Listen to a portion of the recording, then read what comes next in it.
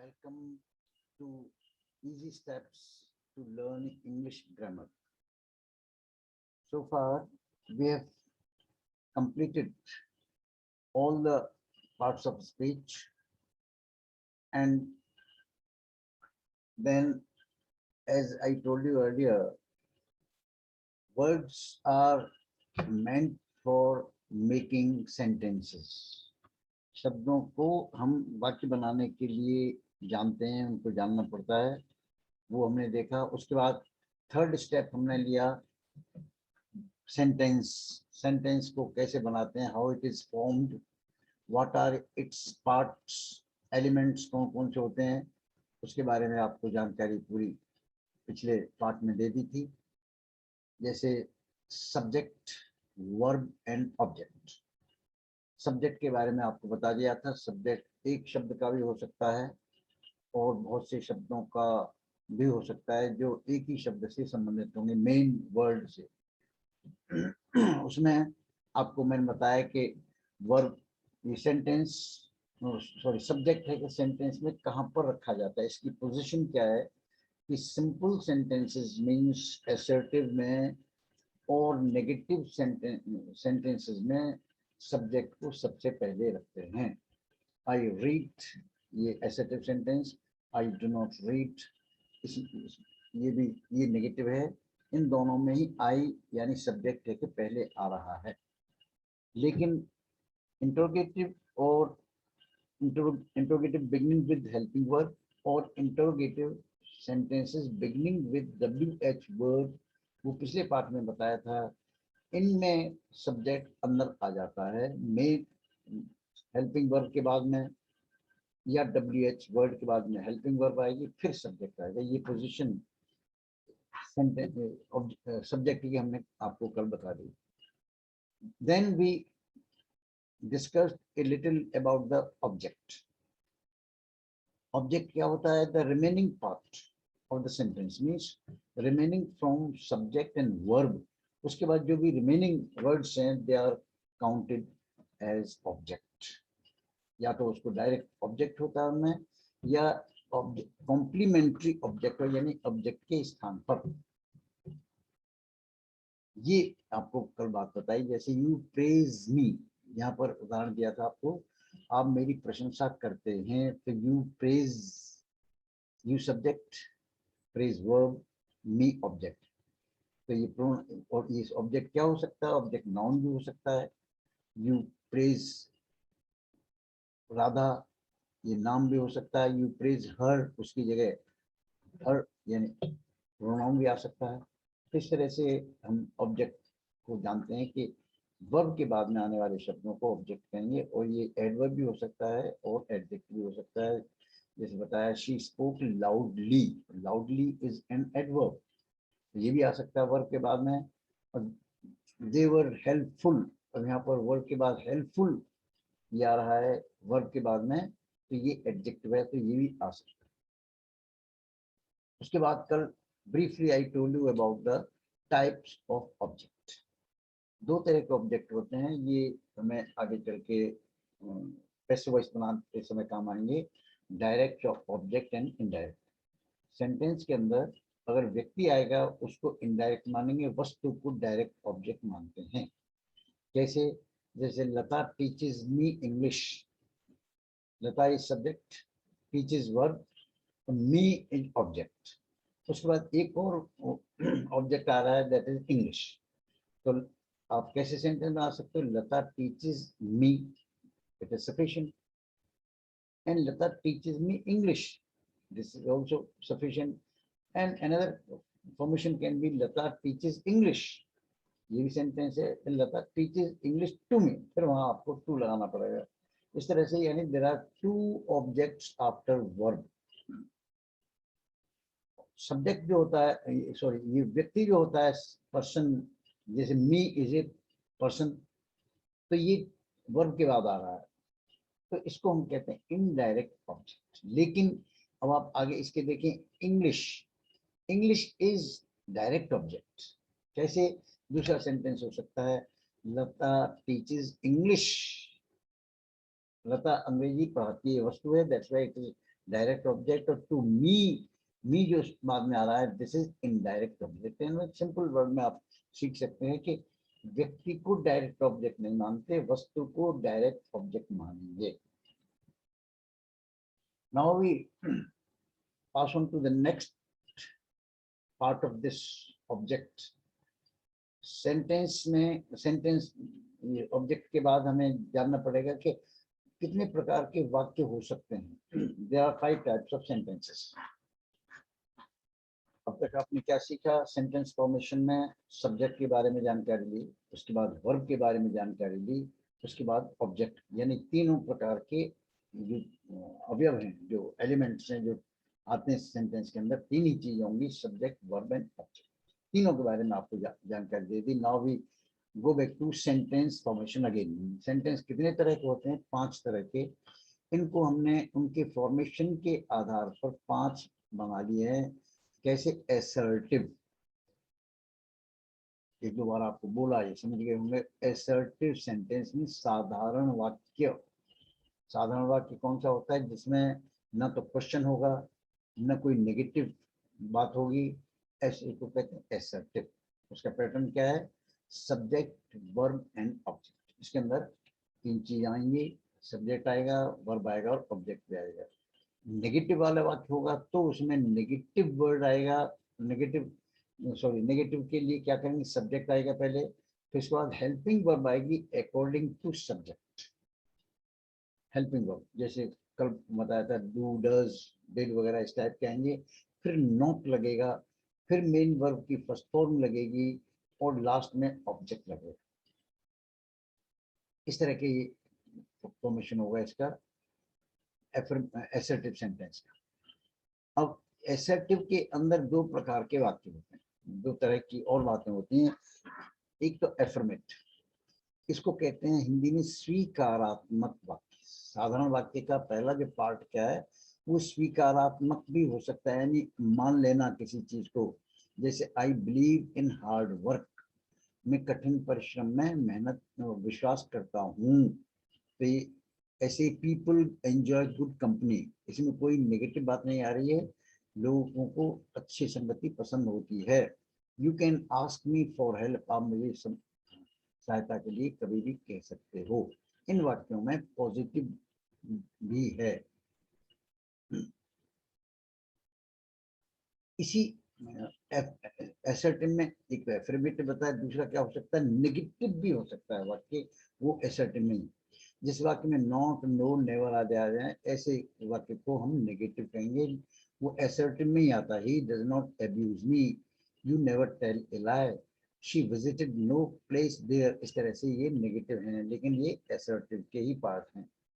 अब असर्टिव एक बार ठीक है, उसके 2 पार्ट देखें। Now we come to second point out of 5, interrogative sentence, प्रश्नवाचक वाक्य, जिनमें प्रश्न पूछा जाता है।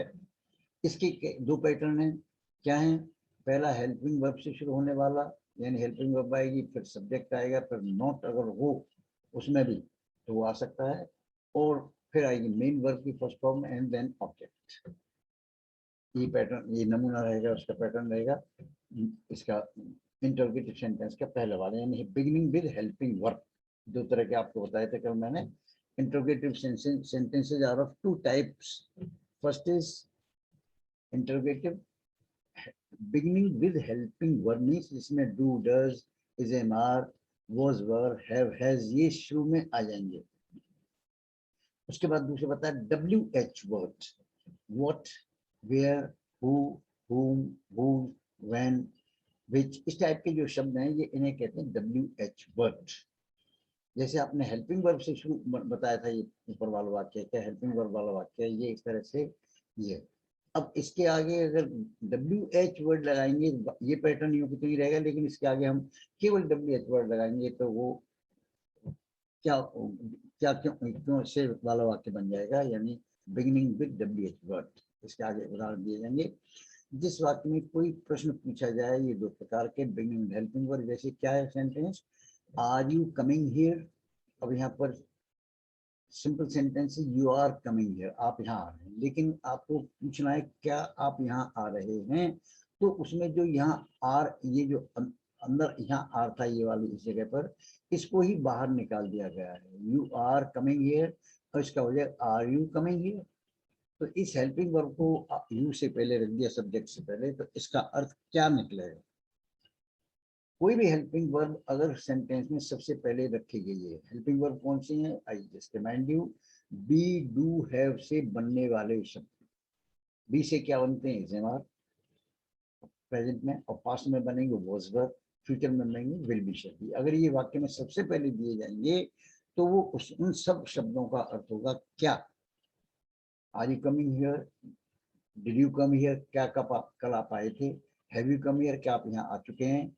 हैड यू कम हियर, क्या आप यहाँ आ चुके थे? विल यू कम, क्या आप आएंगे? इस टाइप के इन शब्दों को लगा करके आगे हेल्पिंग वर्ब को लगा के उसका क्या वाला वाक्य बन जाता है, क्या से शुरू होने वाला। अब देखिए दूसरा, डज शी ट्रस्ट यू। अब यहाँ पर पहले आर आ रहा था, आर यू कमिंग, अब यहाँ पर ये के प्रेजेंट इंडेफिनिट बनाया, शी ट्रस्ट्स यू, तो वह तुम्हारे ऊपर विश्वास करती है। लेकिन अगर आपको क्या वाला वाक्य बनाना, क्या वह विश्वास करती है, तो आपको पहले तो आपको इसके साथ आने वाली हेल्पिंग वर्ब को जानना पड़ेगा। शी एक वचन है, प्रेजेंट टेंस है, इसलिए डू का हो जाएगा डज। उस डज को आपको सबसे पहले रखना पड़ेगा। डज शी ट्रस्ट यू, ऐसा वाक्य बन जाए, क्या आप उसमें विश्वास करती हैं? क्या हुआ है, आप में विश्वास करती है, ऐसा। इसी तरह से फ्यूचर टेंस में बन जाए, will he go with you, क्या वह आपके साथ जाएगा? तो ये यहाँ पर will, do, does, have, has, ये जितने भी साम वाक्य के शुरू में आएंगे उन सब का अर्थ हिंदी में क्या से शुरू होगा वाक्य। ये कैसी विचित्र बात है जो अंग्रेजी में आपको ध्यान रखनी पड़ेगी, इसलिए हेल्पिंग वर्ब को जानना बहुत जरूरी है। अब देखिए दूसरा आपसे कर रहे थे इंट्रोगेटिव सेंटेंस। पहला हमने बताया था आपको एसर्टिव। एसर्टिव में दो प्रकारें बताएं, एफर्मेटिव एंड नेगेटिव। अब ऐसे इंट्रोगेटिव की दो बताएं आपको, हेल्पिंग वर्ब से शुरू होने वाला, डब्ल्यूएच वाला, उससे शुरू होने वाला। डब्ल्यूएच वर्ब बता दिया आपको ये, इसलिए अब जैसे डब्ल्यूएच की बात करें, इसको हम कैसे रखेंगे? What is this. अब करता है इसमें दिस है, इसके हिसाब से इज आ रहा है, तो इसलिए इसको पहले लगाएंगे, फिर उससे भी पहले का डब्ल्यूएच वर्ड रखेंगे, यह क्या है, इस तरह से। Where are you, why are you late today, आज आप देर से क्यों आए, क्यों क्यों आए हो? और when did they come here, वो यहाँ कब आए थे, ये पास्ट टेंस में हो गया। और एक ये भी ध्यान रखना है कि लिखते समय इन वाक्यों के अंत में प्रश्नवाचक चिन्ह आपको लगाना पड़ेगा, दैट इज क्वेश्चन मार्क। अब इंटरोगेटिव सेंटेंस, नेगेटिव सेंटेंस दोनों तरह के हो सकते हैं। इंटरोगेटिव में नेगेटिव भी बन सकता है, कैसे? Do you not like this idea. अब यहाँ डू है कि हेल्पिंग वर्ब आ रही, क्या इसका अर्थ है? और नॉट भी आ रहा है, वो वाक्य के अंदर वहीं रह जाएगा जहाँ पर वो था।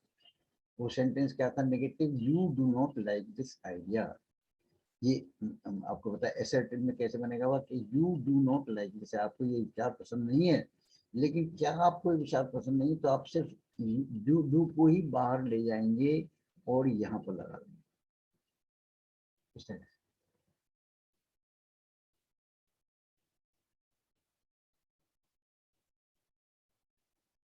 अब देखिए आगे, will he not accept my request, क्या वह मेरी प्रार्थना को स्वीकार नहीं करेगा? Why did she not believe your word, उसने अपने आपके विचार को पसंद, आपकी बात को क्यों नहीं माना?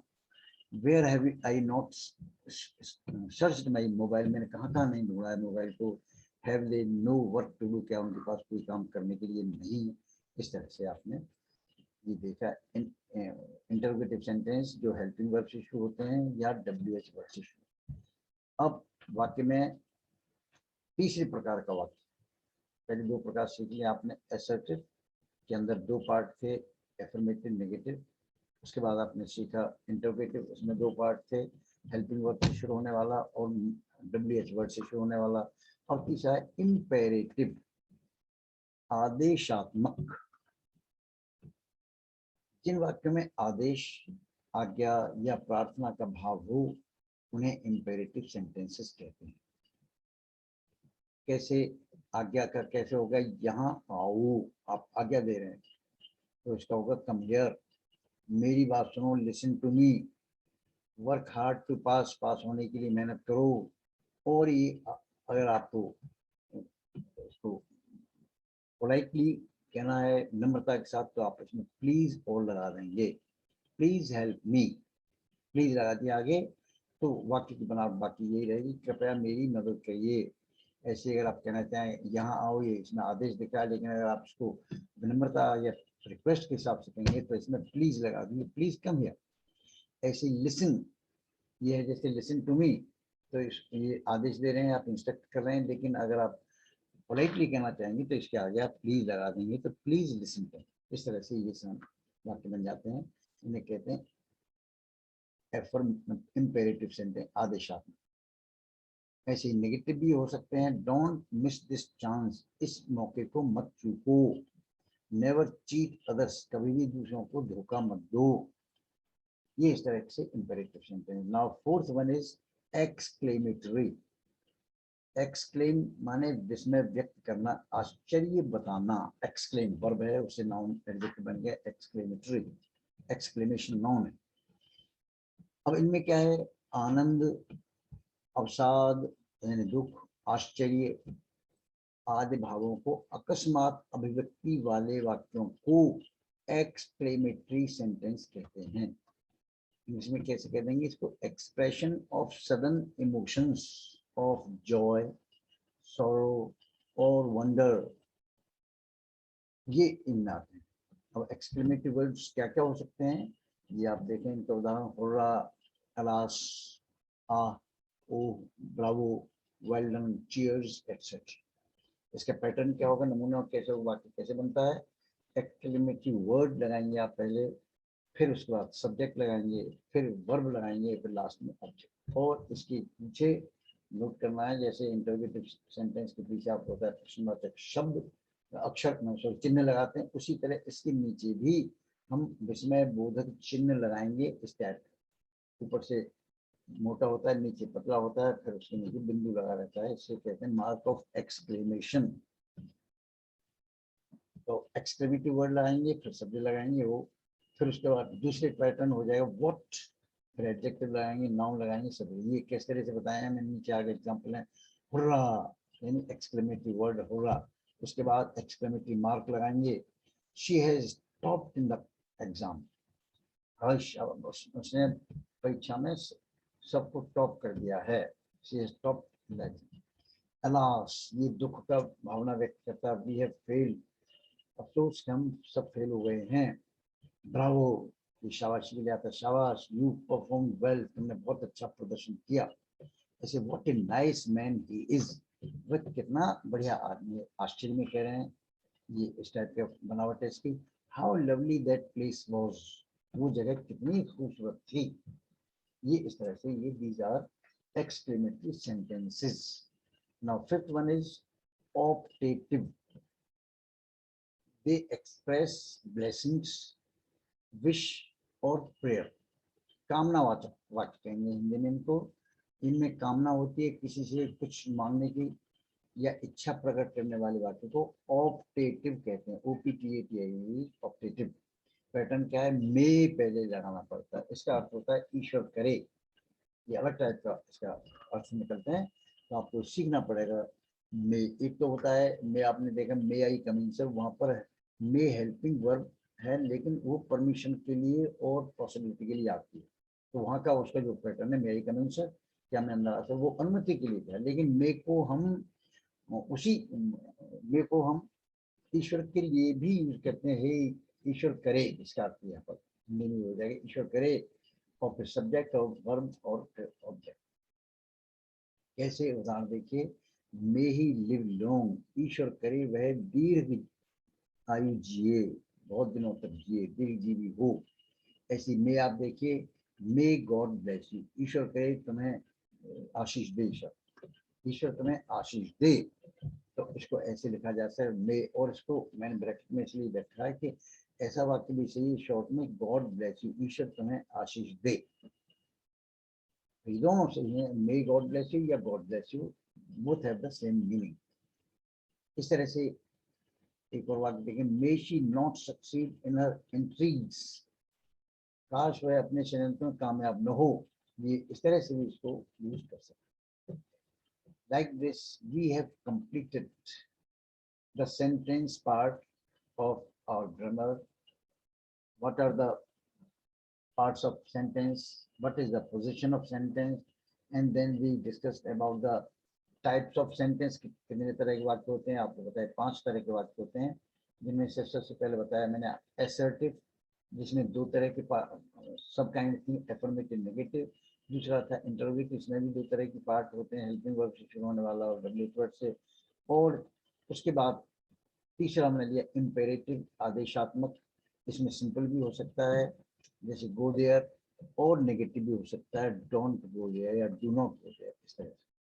उसके बाद चौथा हमने लिया एक्सक्लेमेटरी, जिसमें बोधक या आश्चर्यबोधक वाक्य, और इसमें कुछ स्पेशल वर्ड्स हैं जो आपको जानने पड़ेंगे, alas, oh, ah, bravo, well done, cheers type के शब्दों को लगाएंगे, और उनका तरीका 2 तरह से होता है। पहले एक्सक्लेमेटिव वर्ड लाएंगे, hurrah, we have won the match, ये हो सकता है। दूसरा व्हाट से भी शुरू होते हैं ये, लेकिन उसके बाद आपको एडजेक्टिव लगाना पड़ेगा। What a beautiful woman she is, what an intelligent person you are, और हेल्पिंग वर्ब लास्ट में लगेगी, ध्यान रखना इस टाइप से। Then fifth one was optative, यानी एक्सप्रेसिंग ब्लेसिंग्स, ईश्वर से कामना करने के लिए उसका यूज किया था। इनमें मोस्टली मे को सबसे पहले लगाते हैं। May you pass, may you live long, may your parents have long life, ऐसा भी बात बना सकते हैं। मे शिशु होगा और उसका अर्थ होगा ईश्वर करे, इसको कहते हैं हम optative. Thus we finish it here, then we shall discuss in the next lesson about step number 4, punctuation.